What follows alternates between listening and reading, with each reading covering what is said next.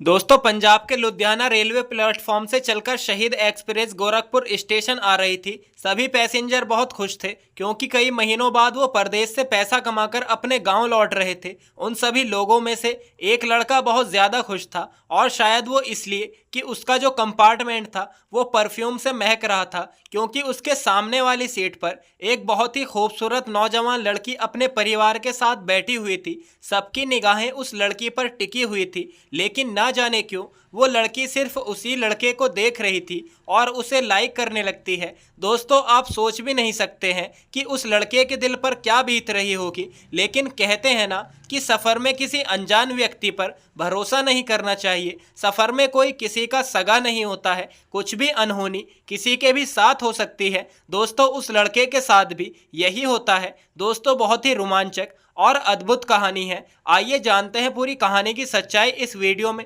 लेकिन वीडियो में आगे बढ़ने से पहले आप सभी से निवेदन है कि आप वीडियो को एक लाइक कर दीजिए और हमारे YouTube चैनल को सब्सक्राइब कर लीजिए, जिससे कि मेरा हौसला बढ़ता रहे। दोस्तों, उस लड़के का नाम रवि होता है। रवि 2 साल पंजाब में रहने के बाद अच्छा खासा पैसा कमाकर अपने घर को वापस आ रहा था, क्योंकि मई के महीने में उसकी बहन की शादी थी, तो वो गांव आ रहा था। दोस्तों, सिर्फ 3 दिन बाद ही उसकी बहन की शादी थी। अब वो आकर अपनी सीट पर बैठ जाता है और कुछ देर बाद उस कंपार्टमेंट में एक परिवार चढ़ता है, तो पूरा कंपार्टमेंट परफ्यूम से महक जाता है। परिवार में माता पिता, उनकी 2 बेटियां और एक छोटा बेटा, ये 5 लोग आकर बैठ जाते हैं। बड़ी बेटी, जिसकी उम्र 21 साल होती है, उसका नाम तानिया होता है, जो कि बेहद ही खूबसूरत थी। वो वहां आकर बैठती है और बैठते ही रवि की तरफ देखती है और हल्का सा मुस्कुरा देती है। रवि से पूछती है कि आपकी कौन सी सीट है? तो रवि बताता है, मेरी यही लोअर वाली सीट है।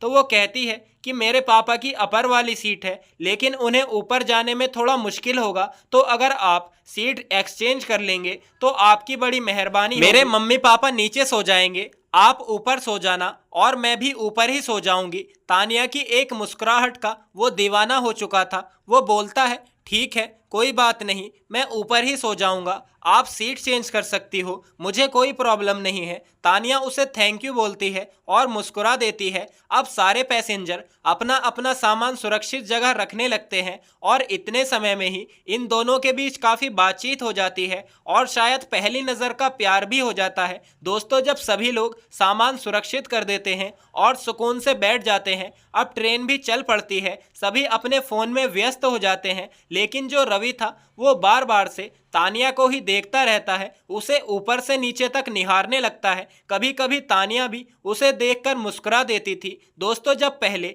वो उसे देखती थी तो वो डर जाता था, लेकिन जब वो देखता है कि जैसे मैं देख रहा हूँ वैसे ही ये मुझे भी देख रही है, तो धीरे धीरे उसका डर खत्म हो जाता है। अब दोस्तों, सभी लोग अपने अपने कामों में व्यस्त थे, फोनों में व्यस्त थे, तो इधर तानिया और रवि की अलग ही कहानी शुरू हो गई थी। जब 3 घंटे बीत जाते हैं तो रवि दरवाजे की ओर जाता है, शायद उसे बाथरूम जाना था। अब जैसे ही वह जाता है तो सिर्फ 2 मिनट के बाद ही तानिया भी उसके पीछे पीछे चली आती है। वह वहां से लौट ही रहा था कि तो देखता है कि तानिया भी आ रही है। फिर वो अपने कदम पीछे ही रोक लेता है और फिर दरवाजे की ओर चलने लगता है। अब दोस्तों, तानिया रवि से पूछती है कि तुम रुक क्यों गए हो? तो वो डरते डरते कहता है कि मैं तुम्हारे लिए रुक गया था। तानिया मुस्कुरा के कहती है, अच्छा जी, मेरे लिए रुक गए हो? मेरे लिए ही इस ट्रेन में बैठे हो क्या? तो बोलता है, क्या पता, शायद इसीलिए मुझे तुम्हारे बगल वाली सीट मिली हो। वो कहती है कि तुम जिस तरीके से देख रहे हो, घूर घूर के मेरी बहन कह रही थी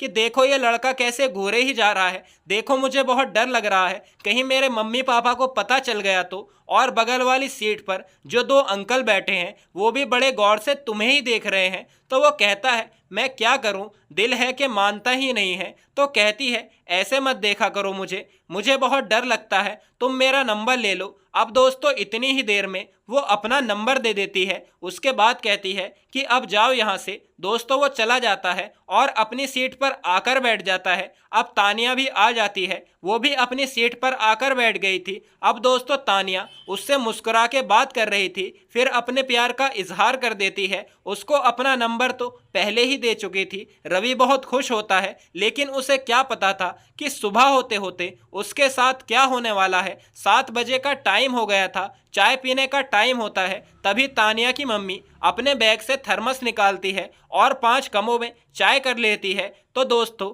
रवि अकेला बचता है। तानिया उससे कहती है कि तुम भी चाय पी लो, तो वो मना कर देता है कि मुझे ट्रेन में चाय पीने की आदत नहीं है, क्योंकि मैंने कभी पी ही नहीं है, इतनी खराब यहाँ की चाय मिलती है। तो उसकी मम्मी कहती है इसलिए तो मैं घर से थर्मस में बनाकर ले आती हूँ। इस थर्मस में 6-7 घंटे तक चाय गर्म ही रहती है, तो हम लोग 2-3 बार चाय पी लेते हैं। अब दोस्तों तानिया की माँ 1 कप चाय और भर लेती है। तभी तानिया के हाथ में जो चाय का कप था वो उसे रवि को पकड़ा देती है और कहती है ये तुम पी लो, मैं दूसरा ले लेती हूँ। दोस्तों रवि को वो चाय पिला देती है। जब वह चाय पी लेता है तो तानिया फिर उसके पास मैसेज करती है, कहती है कि कैसी लगी हमारी चाय। वो रिप्लाई करता है बहुत ही अच्छी थी। तो तानिया कहती है कि मैंने अपने होठों से उसे झूठी कर दी, तुम्हें देने से पहले मैंने एक घूंट उसमें मार लिया था। तो रवि रिप्लाई देता है कि तभी तो कुछ ज्यादा ही मीठी लग रही थी। इस तरीके से दोनों में प्यार की बातें होने लगती है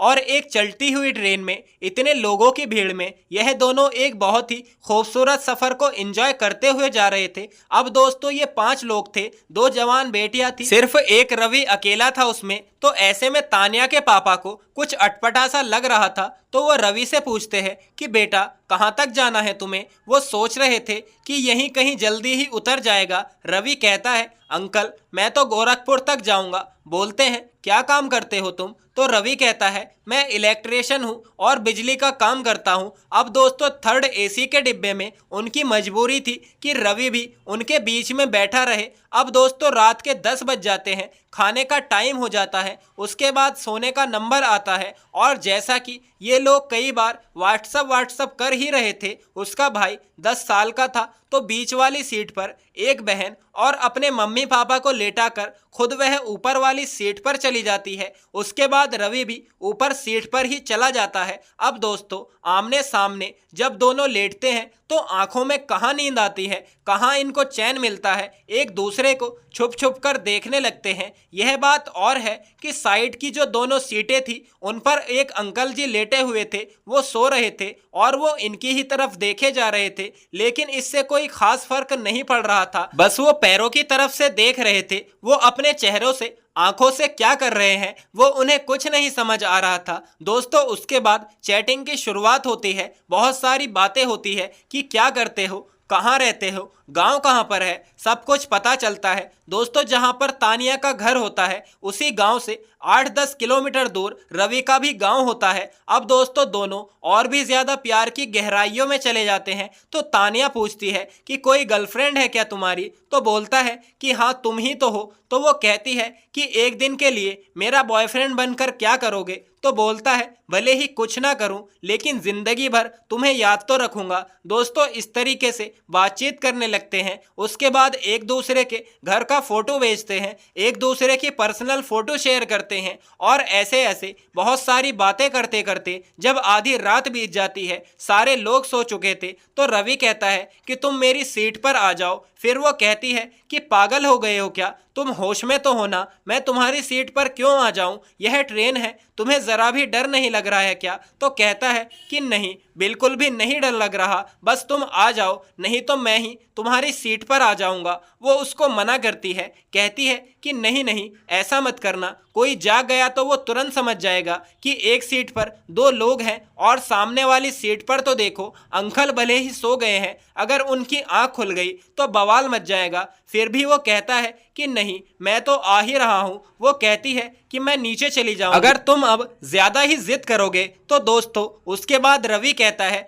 कि नहीं नीचे मत जाओ, मैं नहीं आऊँगा, डरो मत। उसके बाद तानिया कहती है कि चलो अब सो जाओ, ज्यादा दिमाग खराब मत करो, गुड नाइट। इसके बाद वो सो जाती है। 1-2 बार ये और इसको मैसेज करता है, उसे जगाने की कोशिश करता है, लेकिन तानिया को नींद आ रही थी, वो सो जाती है, इधर ये भी सो जाता है। अब दोस्तों सुबह होती है, सारे लोग उठ जाते हैं। रवि ब्रश निकालने के लिए अपना बैग ढूंढता है तो उसका बैग ही नहीं मिलता है, उसका बैग तो गायब हो चुका था। उसके चेहरे पर चिंता अलग ही साफ झलक रही थी। तो इधर उधर हड़बड़ी में सबका सामान निकालता है, अपना बैग ढूंढता है, लेकिन उसका बैग कहीं भी नहीं मिलता। अब दोस्तों 3 ही दिन बाद उसकी बहन की शादी थी। अपनी बहन के लिए उसने बैग में गहने लेकर रखे थे, मोबाइल लेकर रखा था। उसके अलावा दूल्हे के लिए उसने चैन खरीद के रखी थी, अंगूठी खरीद के रखी थी, 4 लाख से ज्यादा का उसमें जेवर भरा हुआ था। कुल मिलाकर लाखों का सामान उसमें था। अब दोस्तों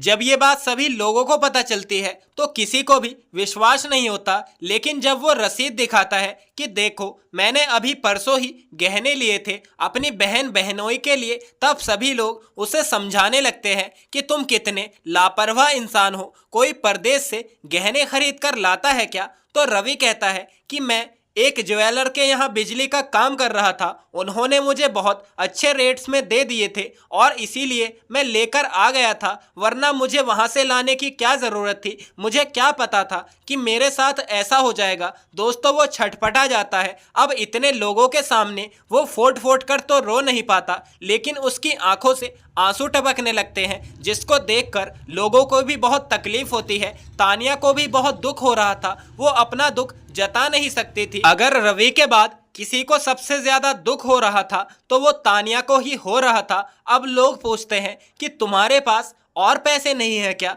तो बोलता है मेरे पास सिर्फ 3 लाख रुपए हैं जो मेरे खाते में पड़े हैं, शादी का सभी खर्च उसी से होना है, इसके अलावा मेरे पास कोई पैसा नहीं है। अब दोस्तों कोई करे तो क्या करे, उसके बाद वो मुंह लटकाए बैठा रहता है, ना तो चाय पीता है ना ब्रश करता है। तो सभी लोग उसको समझाते हैं, फिर वो चाय पीता है, उसके बाद वो बाथरूम की तरफ चला जाता है। जब वो बाथरूम की तरफ चला जाता है तो तानिया अपनी मम्मी से कहती है कि मम्मी देखो इसकी बहन की शादी है, इतना ये परेशान है, देखने में ठीक ठाक लग रहा है और पैसे भी शायद कमाता ही होगा और अपने गांव के ही बगल का तो है, क्योंकि उसके पिताजी जब उससे पूछे थे तो तब उसने बताया था कि मैं फला गांव का रहने वाला हूं, तो अगर उसकी हम थोड़ी बहुत मदद कर देंगे तो शायद इससे अच्छा कुछ हो नहीं सकता। अब जब उसके पापा ये बात सुनते हैं तो कहते हैं बेटी ठीक तो कह रही है, लेकिन क्या पता वो देगा या नहीं देगा, और क्या पता वो झूठ बोल रहा है कि सही बोल रहा है। तभी तानिया की मम्मी कहती है अरे नहीं, सही बोल रहा है, झूठ क्यों बोलेगा, इतना तो परेशान हो रहा है बेचारा, अगर झूठ बोलता तो इतना परेशान नहीं होता, वैसे भी झूठ क्यों बोलेगा। फिर उसके पापा जो कि बगल वाली सीट पर 2 लोग बैठे थे उनसे पूछते हैं कि भाई साहब क्या वो जो कह रहा है वो सही है, क्या सच है, क्या सच में उसका सामान चोरी हुआ है। अब वो लोग भी कहते हैं कि हाँ भाई साहब बिल्कुल वो सही कह रहा है, उसका सामान चोरी हो गया है, क्योंकि जब वो बैठने आया था तब तक आप लोग नहीं आए थे, तो हम दोनों यहाँ पर ही बैठे थे, तो हमने देखा था कि उसके हाथों में 2 बैग थे और उसको कभी वो नीचे रख रहा था को कभी ऊपर रख रहा था। अब ये नहीं पता कि उसने कहाँ रख दिया, लेकिन उसका एक बैग तो गायब हो गया है। तो वो बेचारा सही कह रहा है और ऐसा लग भी नहीं रहा है कि वह झूठ बोल रहा है। अब दोस्तों इधर ये लोग डिसाइड करते हैं कि चलो ठीक है उसको आने दो, फिर उससे बात करते हैं। जैसे डिसाइड होता है तैसे तानिया उससे पूछती है कि कितने का सामान तुम्हारा था उसमें, तो बोलता है 4 लाख से तो कम नहीं था, उससे ज़्यादा ही रहा होगा। तो फिर वो कहते हैं कि क्या तुम्हारे रिश्तेदार में कोई ऐसा नहीं है जो तुमको पैसा दे सके। तो बोलता है अंकल मेरे रिश्तेदार में मैं ही एक हूँ जो ठीक ठाक कमाता हूँ, बाकी मेरे रिश्तेदारों में ऐसा कोई नहीं है और पैसों की बात नहीं है, बस बात यह है कि सिर्फ 3 ही दिन बाद शादी होनी है। अगर ये शादी महीने 2 महीने के बाद होती तो मैं पैसे अरेंज कर लेता, ऐसी कोई बात नहीं है। तो वो बोलते हैं तुम कितना कमाते हो। तो रवि कहता है कि अगर काम कितना भी कम क्यों ना चले फिर भी मैं 35-40 हज़ार रुपए महीने के कमा लेता हूँ, लेकिन अगर काम ज़्यादा अच्छा चलता है तो कोई भरोसा नहीं, 60-70 हज़ार तक भी कमा लेता हूँ। तो बोलते हैं चलो ठीक है, तुम मुझसे लेना चाहो तो मैं तुम्हें 5 लाख रुपए दे सकता हूँ, तुम मुझे 4-5 महीने के बाद लौटा देना। दोस्तों जब ये बात रवि सुनता है उसकी आंखों में आंसू आ जाते हैं। कहता है अंकल मैं आपको महीने 2 महीने में दे दूंगा, आपकी बड़ी मेहरबानी होगी, आप कम से कम इतना भरोसा तो कर रहे हैं मुझ पर। अब दोस्तों उसके बाद उसके खाते में वो 5 लाख रुपए ट्रांसफ़र कर देते हैं। उसके बाद उसको गोरखपुर में एक ऐसी ज्वेलरी की दुकान भी बता देते हैं कि जहां पर अच्छे भाव में उसको सामान मिल सकता था। अब दोस्तों कुछ देर पहले तक जो एक हंसता खेलता सफ़र गम में बदल चुका था, एक बार फिर से उसमें खुशी खुशियां लौटाती है, वो तानिया की फैमिली से बार बार कह रहा था कि अगर आप प्लीज़ मेरी बहन की शादी में आएंगे तो मुझे बहुत अच्छा लगेगा, मेरे परिवार वालों को भी बहुत अच्छा लगेगा। वो लोग बोलते हैं ठीक है बेटा, देखा जाएगा। अब दोस्तों उसके बाद 2 बजे गोरखपुर ट्रेन पहुंच जाती है, लेकिन सामान किसने उठाया था, क्या हुआ, कुछ भी पता नहीं चलता। सारे लोग अपने अपने घर जाते हैं। अब जब रवि अपने घर पर जाकर ट्रेन वाली बात बताता है, दोस्तों हंगामा मच जाता है, पूरे परिवार वाले रोने लगते हैं। लेकिन यह भी बताता है कि एक ऐसे भले आदमी ने मुझे पैसा दे दिया है, और वो भी बिना किसी ब्याज के उन्होंने दे दिया है, उनको 2-3 महीने में मैं लौटा दूंगा। तो दोस्तों इधर यह शादी की तैयारी में लग जाता है, तानिया को बार बार मैसेज करता है, कॉल भी करता है कि प्लीज़ आना ज़रूर। तानिया भी कहती है कि हाँ ज़रूर आऊँगी, पागल लड़के तुम भरोसा रखो, मम्मी को तो मैं मना ही लूँगी। दोस्तों शादी वाले दिन तानिया, उसके मम्मी पापा, उसकी बहन और उसका 10 साल का भाई, यह सारे लोग शादी में आते हैं। रवि के परिवार वाले इनका बहुत ही मान सम्मान करते हैं, बहुत ही इज्जत देते हैं, उनको अच्छे से बिठाते हैं। शादी शुरू होती है, इसके मम्मी पापा और उसका भाई तो खा पी के सो जाते हैं, लेकिन तानिया और उसकी बहन ये दोनों रात भर जागते रहते हैं। दोस्तों देखकर लगता ही नहीं था कि तानिया कोई गैर है या सिर्फ इनकी एक दिन की जान पहचान हुई है। इस कदर बेइंतहा मोहब्बत इन दोनों में हो चुकी थी कि एक दूसरे के रूह तक ये दोनों बच चुके थे। पूरी रात ये जागकर उसकी बहन की शादी देखते हैं। दोस्तों जो रवि की खुशियां थी तानिया के आने से 4 गुना बढ़ गई थी। शादी होती है, विदाई होती है, सब अपने अपने काम में लग जाते हैं। उसके बाद फिर रवि लुधियाना जाता है, अपना बिजली का काम करता है। और दोस्तों तानिया के पापा पैसों का जिक्र तक नहीं करते, और रवि भी 4 महीने के बाद उनका सारा पैसा लौटा देता है। जब वह पैसे लौटा देता है तो वो लोग बहुत ही ज़्यादा इम्प्रेस होते हैं और जान जाते हैं कि वो वाकई में रवि बहुत कमाता है और एक अच्छा ईमानदार लड़का है। दोस्तों तानिया के पापा की वहाँ पर ही फर्नीचर की दुकान होती है, बहुत बड़ी उनकी दुकान थी, अच्छा खासा उनका बिजनेस चल रहा था। तो परिवार के साथ ही वह लुधियाना में रहते थे, और ग्रेजुएशन करने के बाद तानिया भी जॉब कर रही थी। दोस्तों कई बार रवि और तानिया एक दूसरे से मिले, एक दूसरे को जाने पहचाने समझे, और उनके मम्मी पापा को भी रवि बहुत पसंद था, उन्हें अच्छा लगता था।